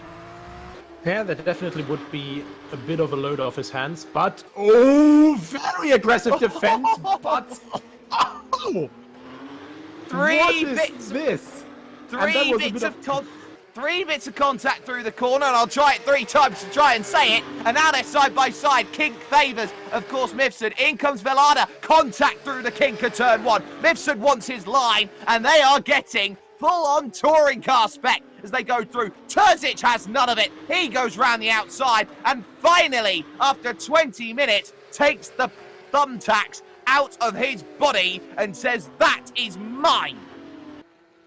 Well, just to be validating him if he's going to watch this afterwards, I think that would have been a move that Tandy would have been very proud of, Alan. But yeah, switching from the inside over to the outside and then making it work. Mifsud, of course, trying to just adapt a bit to the braking, because, of course, by now on the inside there's going to be marbles, and that can impede your braking. All of this, meanwhile, has helped Mikkelsen quite a bit to catch up, and Velada is now in the pits for a pit stop, I think.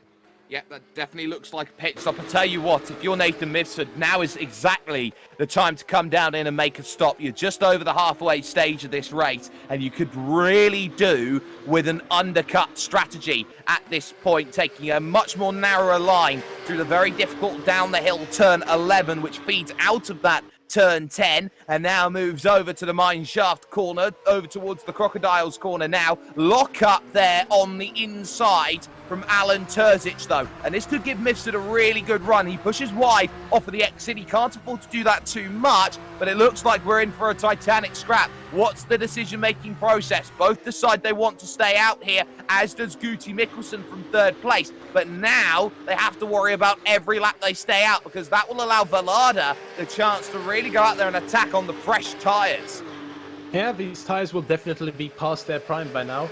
I wonder, because we have the 2 times fuel flow, if they will actually be able to do the entire race, or if they will have to go for a little, very, very quick stop and just topping off the fuel to be able to make it. But that is going to happen when it happens.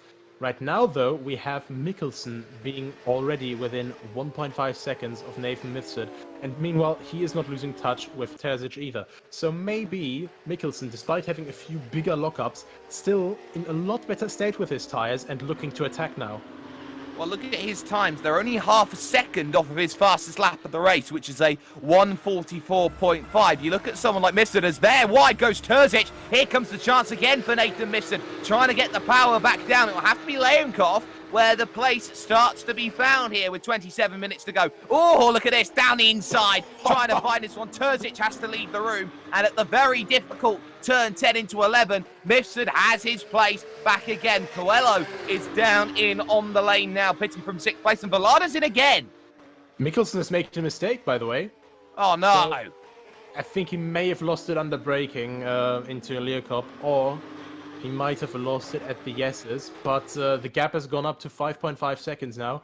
Valada, as you say, in again, so that is very unusual. And we see the car behind him. I was not quite sure who it was, also changing tires. Looks like Coelho is also in the pit, so Valada then I think getting maybe a speeding penalty or something of the like, having to come back out and away again and get back going. Here's another look from Alan Terzic trying the outside line against Nathan Mifsud, a battle of the brakes. John Alesi was one of the last of the late breakers when it came to his braking styles in Formula 1, but they'll go through the sweep side by side and all the way to the barbecue corner, the outside line there. Still they go side by side as they go through, pretty much jostling for position as they go on through. Inside line is Terzic's as Mifsud tries to shuffle Terzic to the inside. Hold round the very, very difficult corner, but he's out of road, and Terzic back in the lead again as Mikkelsen and also Cavero are in on the lane. Absolutely incredible, this battling that both of those are doing. Honestly, it feels like we've gone straight back to the 90s, to like the old style touring car racing here, and as I said, the old Porsche Carrera Cup. Of course with touches, but they wouldn't just push each other off. It's side-by-side touches, and just this constant side-by-side action, braking just over and under. It's just so impressive to see. It's really entertaining. This is incredible sim racing, and it takes so much confidence with the driver that you're racing against to race at that level. Wide goes Terzic. Oh, he's all shades of sideways, trying to slow the car down. He's going to run wide through the corner, and Mifsud's got around almost. Oh, how has he saved it there? He just saw all of that go before his eyes, and suddenly Terzic just 2 seconds. Mistakes for both drivers now means that Guti Mikkelsen will have a chance, and well, bite the bullet while you can if you're Nathan Mifsud. He's going to dive down in and try and get a stop in the books. Yeah, I think it's definitely the right time to be stopping right now. I think Alan Terzic would be wise to follow his example, because look at the last lap, 146.2, and the fastest laps that we've seen. No. Oh my goodness me, that is a big lockup. I think that I speak for everyone when I say that this was a little bit to be expected now with those tires, and now he's just having a bit of trouble getting out of the gravel. The gravel is very deep here, so that's going to cost him a lot of time.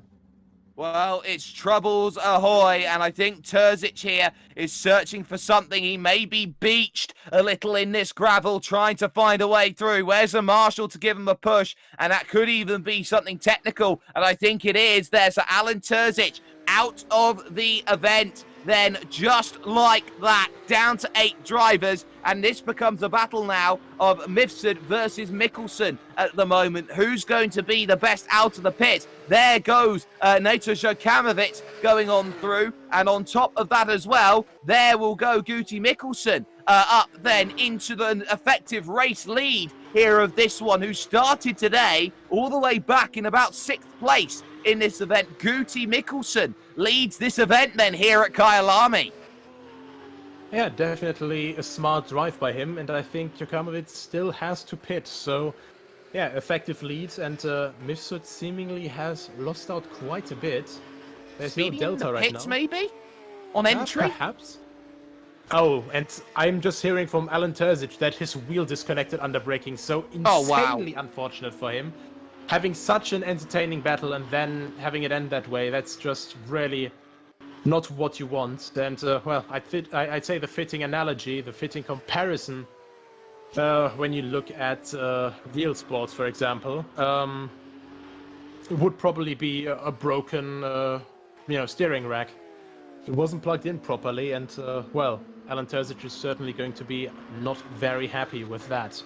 That's the change for the race lead. Nato Jokamovic then falling behind the already pitted Guti Mikkelsen then. And just like that, the change is complete. And the gap you can see on screen is 1 second overall, and about 20 seconds to Nathan Mifsud now to go and play with it. Just needs consistency from this point onwards to the end of the event to pretty much sum up how this one is going to go. Mikkelsen then on the brakes, and in comes Jokamovic then to make a stop. It's a very, very early marker here in terms of the pit lane, and it's a very slow marker as well through the final corner. One of the reasons why it's so slow around here, this pit exit, is because actually how early the line is on the brilliant straight. They want to make sure that nobody gains an unfair advantage by taking the inside line of the pits. That's definitely a good point, and well, also because the pit lane first corner, it's really, really tight. So we have seen people do it before, hitting the pit wall from the start-finish straight. But I think, two of the very few famous examples of hitting the pit wall from inside the pit lane was, I think, David Coulthard hitting the pit wall, just going straight on into the wall at Adelaide a couple years ago. Well, many years ago, over 20 years ago by now. And Gerhard Berger, I think, once being finished with his pit stop and completely full throttle, full wheel spin, getting into the fast lane and just completely stacking it. And meanwhile, while I was ramping on about pit lane collisions, Velarde just showing what his new tires are made of, which is good rubber. That's a very interesting fastest lap of the event then from Giancarlo Velarde right now, having a brilliant run of things in 4th place. He'll be wanting to chase down back to 3rd. He's made an extra stop compared to everybody else today in this event and finds himself only 10 seconds off the back of Joaquin Cavero as he gets a big slide through the sunset bend and in towards one fantastic left-hand corner known as the clubhouse turn. So now that's going to be a real chase. In comes, again, the race leader, Guti Mikkelsen. So that's something very interesting then. Coming in, it looks like it's splash and dash day today, and that could give Nathan Mifsud the race lead back once more. So that, very, very interesting. I think track limits might be playing a big factor here. Maybe, but I could also imagine maybe he wasn't quite, he didn't quite get the service that he wanted there. Depends on how the pit stop, of course, is set up, because in rFactor 2 you can set up the pit stop many different ways, which is, for example, refueling and tire change at the same time, or also that it's separate completely. Meanwhile, Cavero is now moving up to 2nd place. And Mikkelsen clearly has made some sort of mistake there, and it's not playing out as he planned.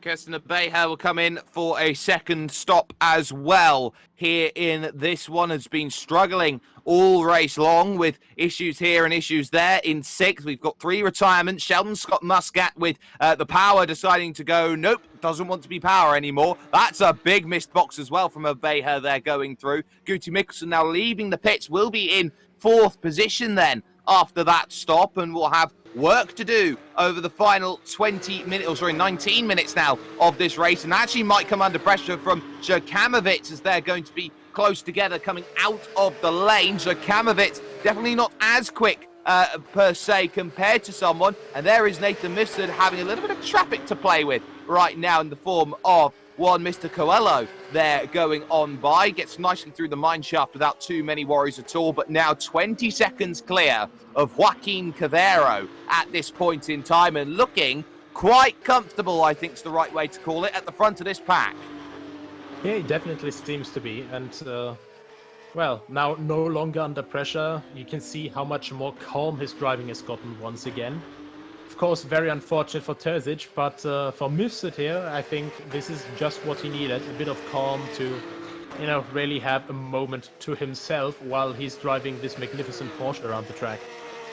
And he's doing such a good job, but he has lost time over the last sector. He's now down a whole second from where he was, a 1:45.8 that last time by, and having to be really cautious over that lap that we just saw going on. So that's going to be something worth keeping in mind. How much pace does Joaquin Cavero have from now to the end? Remember, you've also got Velada trying to push. Mikkelsen's trying to push sometimes back. They may be a million miles away from each other all on circuit, but it's the old adage of 1988, if my memory serves me correct. The legendary Alain Prost and the even legendarier, if that's even a word you can say, Ayrton Senna. Senna cleared by 45 seconds at the even more legendary Monaco circuit, and then finding himself in the wall and out of the event with no pressure at all. Yeah, putting it into the wall in the most legendariest fashion, you would say. But yeah, the race is finished when all laps are driven, and that was very well called by Steve DeSalis. I think that could have very easily been stacking it into the wall in the legendariest fashion. That's a big slide then at the Cheetah corner. Is one of the few drivers who could be heading towards 2 laps down. The likes of Beher and Coelho also 2 laps down, it seems, at this point in time. But there is your race leader, Nathan Mifsud here, and has 1/4 of the race to go in what has been a very, very eventful race for 11 cars, which I think is the most eventful for 11 I've seen in a very long time. Starting to make that progress. Turn 1, this small little kink ride, which leads to this big, open, expansive braking zone here at Turn 2. The brilliant, brilliant Crowthorne corner, which leads, of course, over towards this right-left Juxkay sweep, which, of course, always brings in all of the battle. There's the national pits on the left-hand side, and that's a little slide through the barbecue corner, which now leads all the way up this straight, heading up and then back down the hill here at Sunset Corner. Yeah, it's very tempting to say Sunset Bend, isn't it? But then again, that would mean that we're in quite a different part of the world, not in South Africa, but in North America instead. But yeah, nevertheless, 2 corners very, very famous, of course. And yeah, just look at Nathan Mifsud just go while the sun is slowly setting. You can see this nice dynamic daytime also being shown here in rFactor. And well, seems to be going without any trouble whatsoever right now.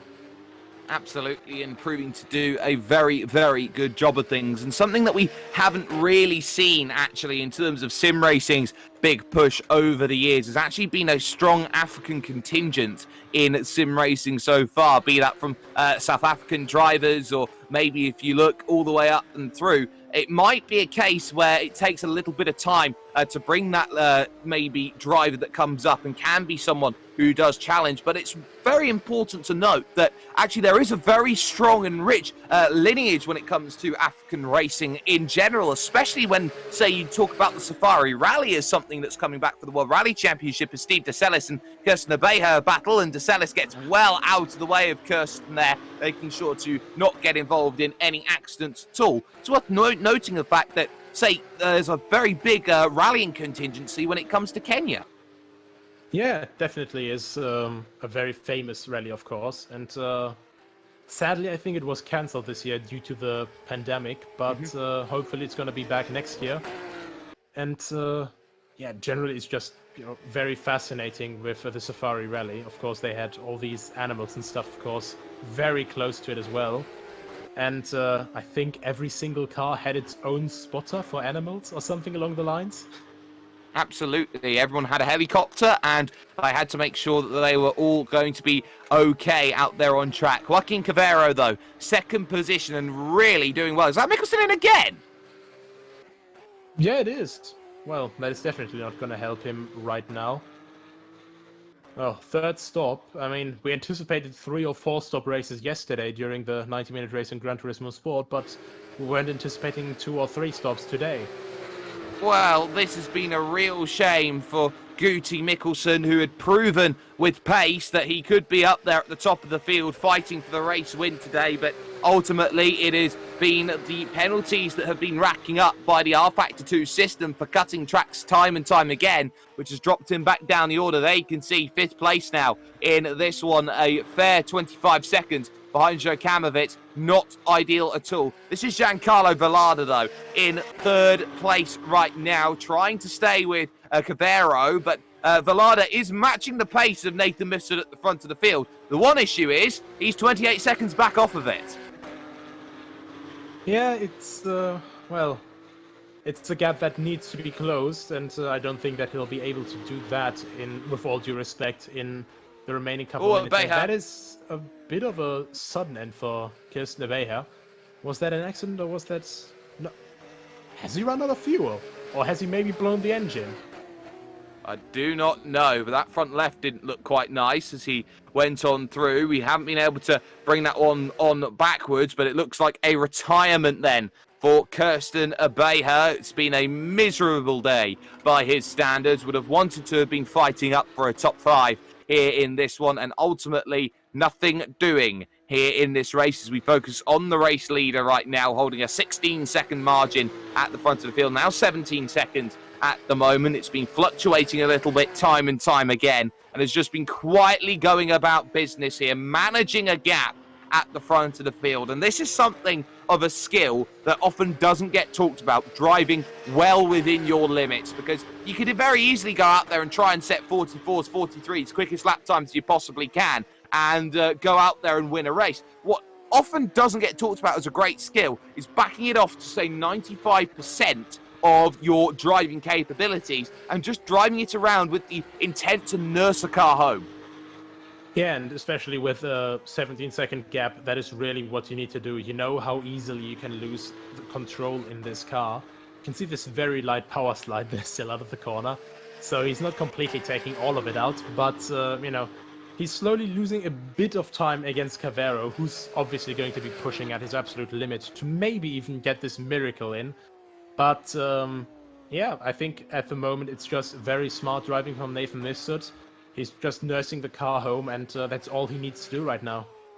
No real qualms, no real issues there. There is the all-white livery of Joaquin Cavero on the brakes of 45.6 that last time by, very much matching the times that Nathan Mifsud was able to do, moving through the right and the lefts of the Juxke sweep in towards the barbecue corner of turn 5 once more. A little bit of traffic in front, and that will be the teammate then of one Mr. Giancarlo Villada. That will be Coelho, as we are actually now with DeCellis also retired from the event. I wonder if those two came together. Yeah, that might be the case, but it's always difficult to tell, I think. Well, we're down to 6 out of the 11 that started, so effectively Kyalami has proven to be a big challenge because we have lost 45.45% of the field. Just quickly put that in the calculator, didn't you? No, not at all. I did that off of my head. What? I doubt it, but nevertheless, 6 cars are still going. 5 of them are still on the same lap, and yeah, I think Kirsten oh, sorry. Oh, Mickelson with a 43.7 now. Late bid for a fastest lap, but nevertheless, still very welcome nevertheless here.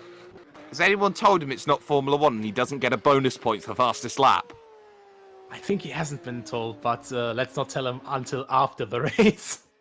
Well, Guti Mikkelsen, he's still got a chance to chase down Jakamovic in 4th place. The gap is 17 seconds. Huge lockup from Giancarlo Vallada going through the crocodile corners right now, and very much having to deal with a lot that is going on. So Vallada here has just got to bring it home, has lost a lot of time to Cavera. That gap was 10 seconds and now is up to 20 seconds now in this one for Vallada. There is Mifsud at this point in time leading this event and doing a brilliant job. If you want to go out though and race with World Pro Racing's drivers, all you got to do is go to worldproracing.com. Events on PC, on PlayStation 4, all throughout the year. And of course, you can join us by going to worldproracing.com.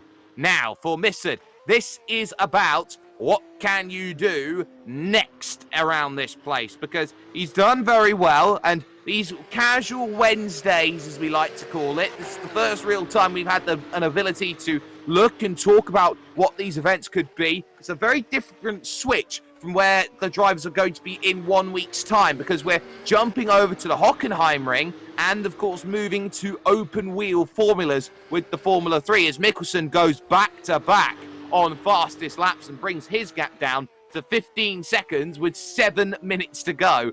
I think he's out of laps, but I think he's just trying to prove that he had the fastest pace today. Yeah, it's definitely always something to just show off, so to say, when you've had a bit of a bad run in overall, but, you know, just being able to show, hey, I was able to go this pace and even faster, especially when you just did the fastest lap of the race and then did another fastest lap of the race, 0.2 faster than the previous one.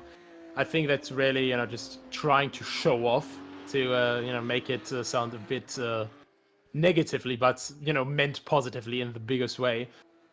It's 14 seconds now, so in 7 minutes that's going to be a bit close. But by the rate he's gaining currently, I wouldn't count anything out, because Mikkelsen, we've seen, he has a calm driving style, but that calm driving style comes in handy when he really wants to put a consistent lap time in, and maybe that could be his saving grace here.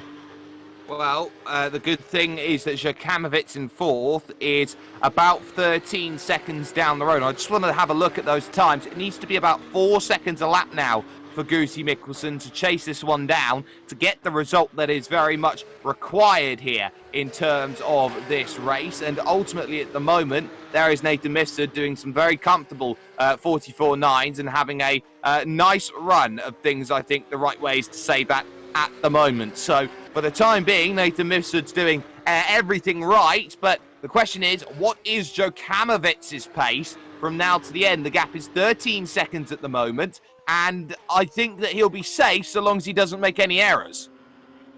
Yeah, he should be safe at the moment. However, an error in these cars is very quickly made. So, yeah, if you would like a race in forgiving cars, this is definitely the wrong choice. If you would like a race in a car where it's going to be exciting, where it's going to give you goosebumps every time you step on the brake pedal and on the throttle pedal, then this is the perfect car for you. And I've just had a bit of a chat behind the scenes with Alan Terzic as well. And despite his, you know, premature end to the race, he enjoyed it greatly. And yeah, you could definitely see that from the outside as well with his racing action against our current leader.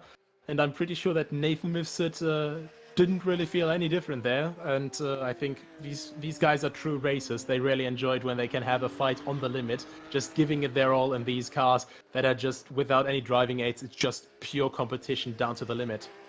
And sometimes when you take a little bit of a break, like Nathan Mifsud has, maybe hasn't had much practice due to dealing with things behind the scenes with World Pro Racing, sometimes you just let the chains off and just watch Nathan Mifsud just run off with things at this stage. He's been having a fantastic run, but let's not put the kiss of death on things just yet, because we still have 4 minutes and 40 seconds and just a little bit under right now to be looking at. There is Joaquin Cavero in second position right now, and I think resigned to the fate of that second position is 17 seconds back off with Nathan Mifsud, 21 seconds ahead of one Giancarlo Vallada, and is dealing with Vallada's teammate at the moment, which is a little bit of a tricky point.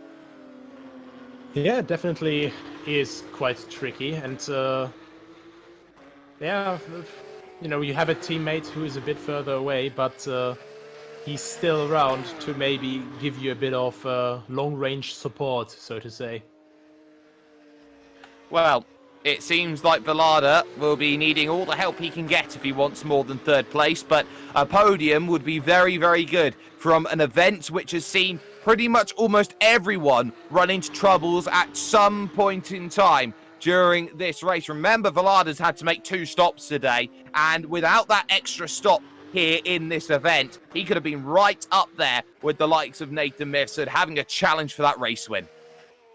Yeah, I honestly wonder how it would have looked in the end if we had Vallada not hit troubles, if we had Mikkelsen not hit troubles, and if we also had Terzic not hit troubles. I think in the end here, with all these battles going on, I think we could have had very, very interesting fights for the front. Maybe even a 4-way battle here, because those guys were all doing very, very good pace.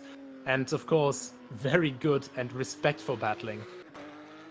It's the first time I've actually managed to be able to call a Kyalami race, and I think for the first time ever, I have looked at a track, called at a track, and gone, I actually really like this track, and I have a huge new grown respect for this place and exactly what it can offer in terms of racing action. It's not necessarily the easiest track to overtake at, as we've proven so far, but give it the right car-track combination like we have done this evening here, Nicholas, and you can see it's put on a fireworks display, even though that it's gone a little bit tepid towards the end with everyone jumping out a little bit. This has been a fantastic racing circuit. It's an absolutely astonishing track. It just fits perfectly into the hillside here.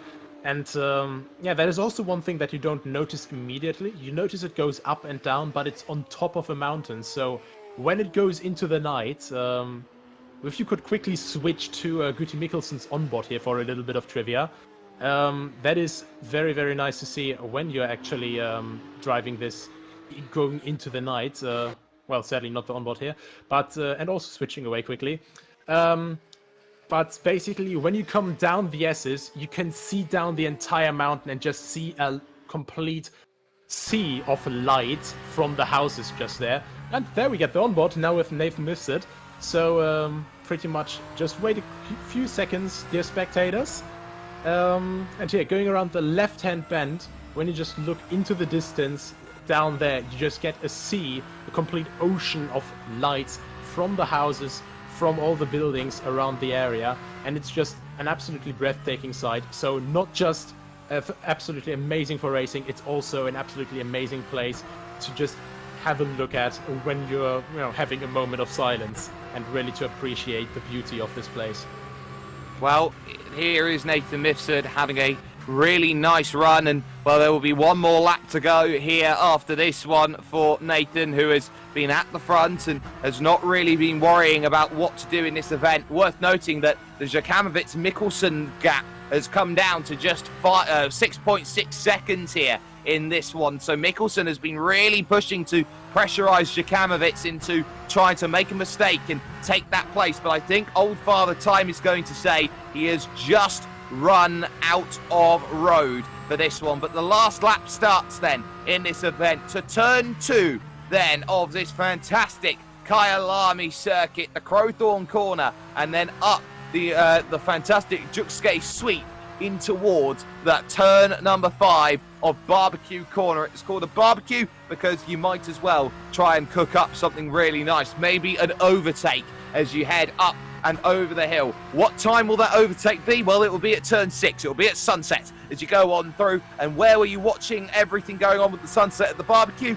Well, that's a very simple question. You're at the clubhouse. You're at turn 7, moving through here, this very, very nice corner, taking a lot of curb through there. Careful on the exit. And now those S's sections come up once again through the left and the right, the old circuit here as you go on through and try and fight the car on exit. You want to put the power down a lot earlier than you can, and then up over the rise for a blind braking zone into the left of the layoff of turn 10. It follows swiftly into turn 11, down the hill, very much like turns 1 and 2 at the Fuji Speedway circuit, which leads to this very reminiscent turn number 12, mine shaft corner, which is all about power. On the brakes, into the crocodiles then for the final time, and what a storm that Nathan Mifsud has been able to weather in this one. He has had to deal with a fantastic battle from Alan Terzic. He has had to deal with the pace of Guti Mikkelsen. He has had to be calm and cautious, and he has been courageous. Nathan Mifsud will come to the line and take the 1 hour of Kyalami.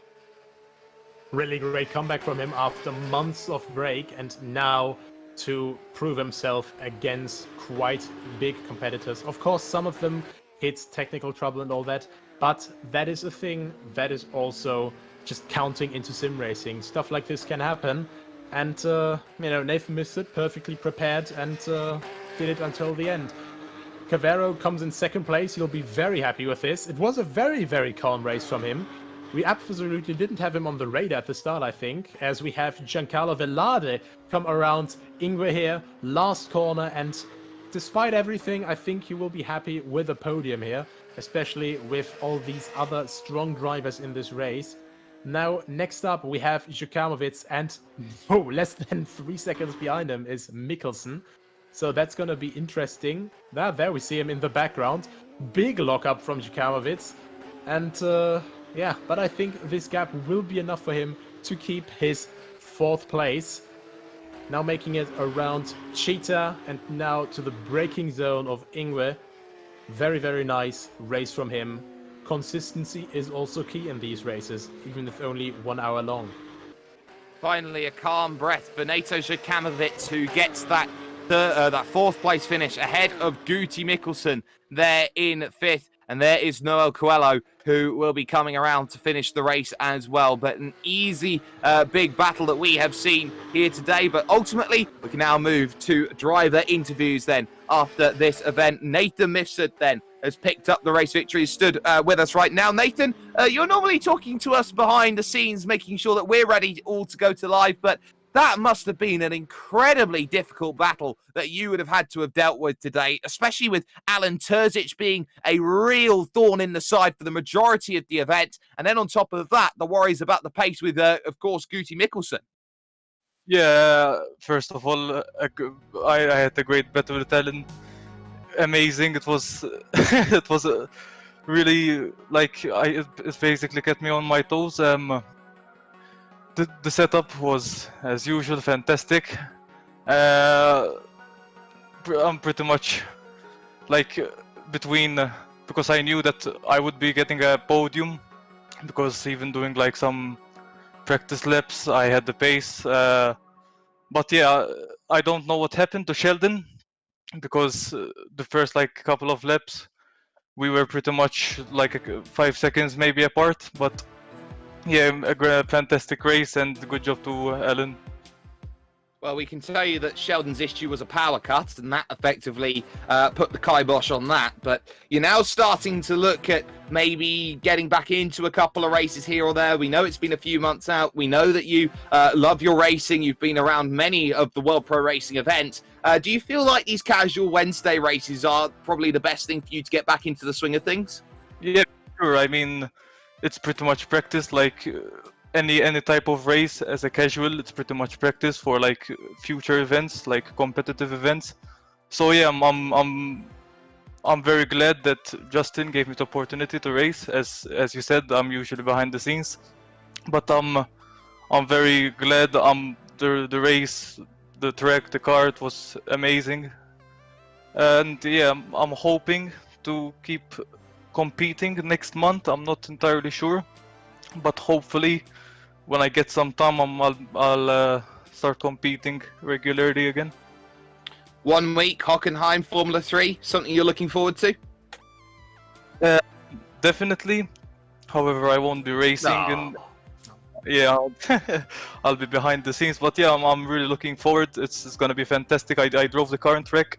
It's a very fast-paced, pretty much lap. I'm looking really forward for next week. Well, the floor is yours then, Mr. Mifsud. Shout out sponsors, anyone you'd like to thank. I would like to thank WPR first of all for hosting these events. Justin behind the cams doing a fantastic job as usual. George and Adrian doing their best to keep the race clean. And yeah, I would like to shout out also Nick, our engineer. He pretty much helped me like last second. Pretty much yesterday and today was my practice, and I quickly messaged him and he helped me out on the spot. So I'm very grateful for that. And yeah, I would like to also thank my family for giving me, the chance at even watching these races. On to the next, pretty much. Nathan Mifsud there picking up the race victory overall. Third place would go to Giancarlo Vallada and is stood by with that Mr. Nicholas Hillebrand. Giancarlo, so a few bumps hit along the way, and, maybe not the optimum result that you had hoped for, but how did you overall feel through the race? You had very good pace throughout it, and are you overall satisfied with the result? Well, yes. I didn't have enough time to practice, so basically I practiced just today. I didn't know very well the racetrack, so I just had a few laps before the quali. But I'm really pleased with the result. I made a mistake entering the pit lane and I exceeded the pit limit, so I had to make a stop and go. In spite of having the stop and go, I managed to get P3. That it's really okay. Congrats to Nathan and to Joaquin for the P2. Well, it was an okay race, I think. Definitely very good performance from you there, and your pace was always quite on spot. You were making good moves. You were having a good battle, I think, as well with Mr. Mikkelsen there. And just overall, are you looking to race in some more events here? Well, let's see. First, thanks to Luis Felipe Capamayan, that was the one who invited me to this event. Let's hope that we can enter some more events on WPR. Yeah, that would be definitely a welcome sight, of course, for everyone here. More and more drivers. The more drivers we have, the more battling we can have. And of course, as a spectacle like today would always be welcome. Yeah, thank you very much for the event. It was really nice. Any shoutouts you want to make to team sponsors or partners? Well, thank you for all the Peruvian drivers that were here today, and to the team that we always race in Peru, GV Racing, to all the members. All right. Then thank you very much for taking part, of course. Thank you very much for this interview here, and I'm going to give back to you, Jake. Absolutely, and of course, some brilliant racing here at Kyalami. It never stops with World Pro Racing, because we'll be back in 6 days' time, right here, right now, for round number 2 of the HyperX Endurance Series, live from a place just outside Milan. We'll be at the Monza race circuit, getting ready for racing action for 90 more minutes of great GT3 action. The day after that, we'll be traveling just a little bit up north to the Hockenheimring in Germany, and for your Wednesday casual races, and then we'll be jumping over another week on top of that to round 3 of the HyperX Endurance Series as well. But a massive thanks has to go to everyone who has been helping behind the scenes, from Adrian Fagayo and George Muscat, the Chief Race Director and Chief Race Steward, both FIA accredited as part of the Malta Motorsport Federation. They both do a sensational job with making sure that everyone is working out nicely in terms of the way they race, with good, clean action, which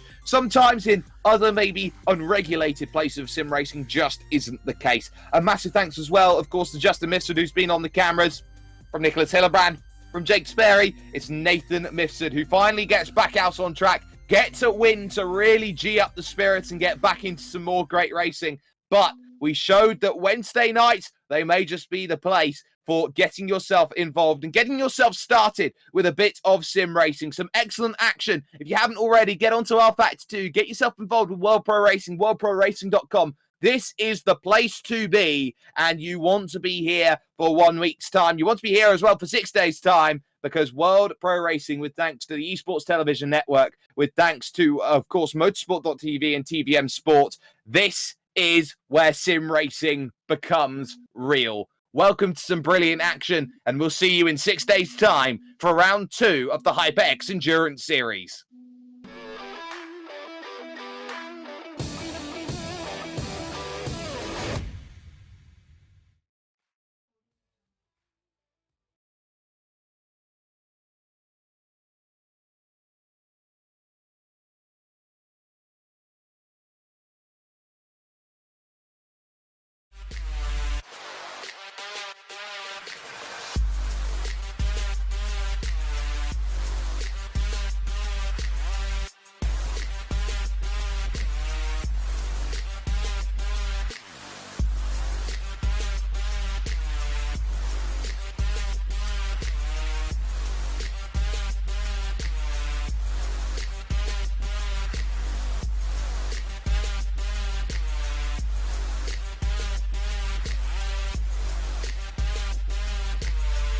World Pro Racing, where sim racing becomes real.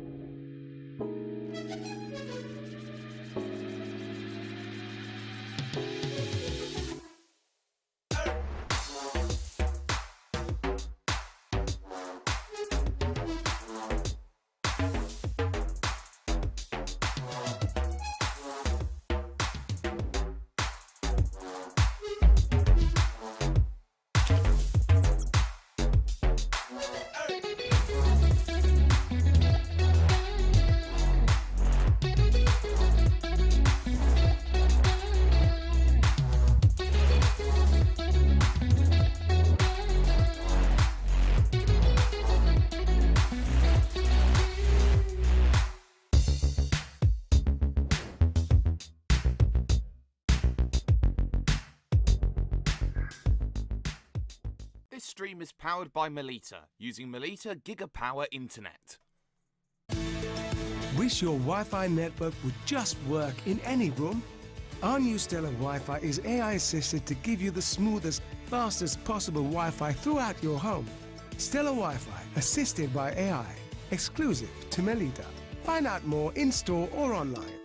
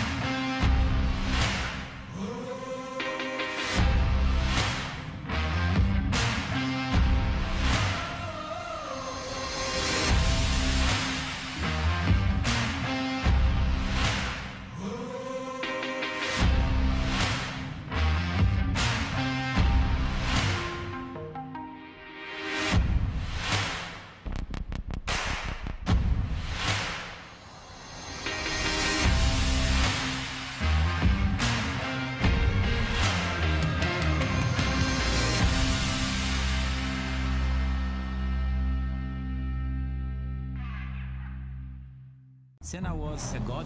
No one could even dream to follow him. I'm from a very humble background. The role of women at that time were really difficult. This is so dangerous. You are risking not only your life, but also my life.